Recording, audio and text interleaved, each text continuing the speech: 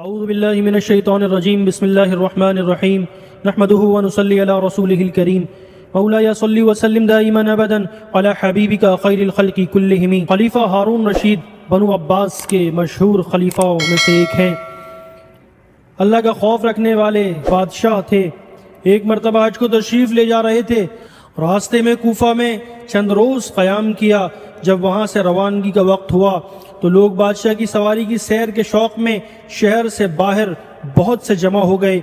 بہلول مجنون بھی پہنچ گئے اور راستے میں ایک کوڑی پر بیٹھ گئے۔ بچے ان کو ہر وقت ستایا ہی کرتے تھے، ڈلے مارتے، مذاق کرتے۔ وہ حسب دستور ان کے گرد جمع ہو گئے۔ جب بادشاہ کی سواری قریب آئی تو بچے تو سب ادھر ادھر ہو گئے۔ انہوں نے زور سے آواز دی، یعنی بہلول نے بادشاہ کو زور سے آواز دی اور کہا، اے امیر المؤمنین، اے امیر المؤمنین۔ ہارون رشید نے سواری کا پردہ اٹھایا اور کہنے لگے، لبیک یا بہلول، لبیک یا بہلول۔ بہلول میں حاضر ہوں، بہلول میں حاضر ہوں، کہو کیا کہتے ہو۔ بہلول نے کہا، مجھ سے ایمن نے یہ حدیث بیان کی کہ حضرت قدامہ رضی اللہ عنہ یہ کہتے ہیں کہ جب حضور اقدس صلی اللہ علیہ وسلم حج کو تشریف لے جا رہے تھے تو میں نے مینا میں آپ کو ایک اونٹ پر سوار دیکھا جس پر معمولی کجاوا تھا، نہ لوگوں کو سامنے سے ہٹانا تھا، نہ ہٹو بچوں کا شور تھا۔ ہارون رشید یہ سن کر رونے لگے، پھر کہا، بہلول کچھ اور نصیحت کرو، اللہ تعالی شانہ تم پر رحم کرے۔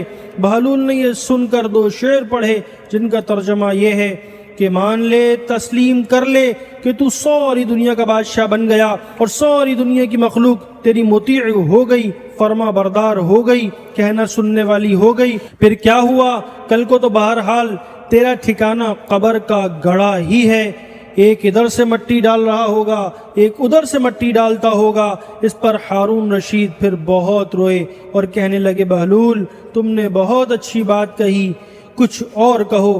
بہلول نے کہا، امیر المؤمنین، جس شخص کو تعالی شانہ مال اور جمال دونوں عطا کرے اور وہ اپنے مال کو اللہ کے راستے میں خرچ کرے اور اپنے جمال کو گناہوں سے محفوظ رکھے، اللہ تعالیٰ کے دیوان میں نیک لوگوں میں لکھا جاتا ہے۔ ہارون رشید نے کہا، تم نے بہت اچھی بات کہی، اس کا صلہ یعنی انعام ملنا چاہیے۔ بہلول نے کہا، انعام کا روپیہ ان لوگوں کو واپس کر جن سے ٹیکس وغیرہ کے طور پر لے رکھا ہے، مجھے تیرے انعام کی ضرورت نہیں ہے۔ ہارون رشید نے کہا، اگر تمہارے ذمے کسی کا قرض ہو تو میں اس کو ادا کر دوں۔ بہلول نے کہا کہ امیر المؤمنین، قرض سے قرض ادا نہیں کیا جاتا، یعنی یہ روپیہ جو تیرے پاس ہے یہ خود دوسروں کا حق ہے، تو تیرے ذمے ان کا قرض ہے، حق والوں کو حق واپس کرو۔ پہلے اپنا قرض ادا کرو، پھر دوسروں کے قرضے کی فکر کرنا۔ ہارون رشید نے کہا، تمہارے لیے کوئی وظیفہ مقرر کر دیں جس سے تمہارے کھانے کا انتظام ہو جایا کرے۔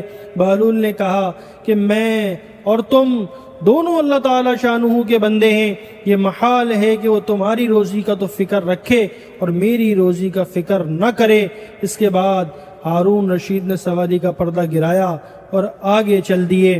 ہارون رشید کی مشہور بات ہے کہ نصیحت سننے کے بعد بہت کثرت سے رویا کرتے تھے۔ ایک مرتبہ حج کو تشریف لے جا رہے تھے تو سعدون مجنون راستے میں سامنے آ گئے اور چند شعر پڑھے جن کا مطلب یہی تھا کہ مان لو تم ساری دنیا کے بادشاہ بن گئے ہو، لیکن کیا آخر موت نہ آئے گی؟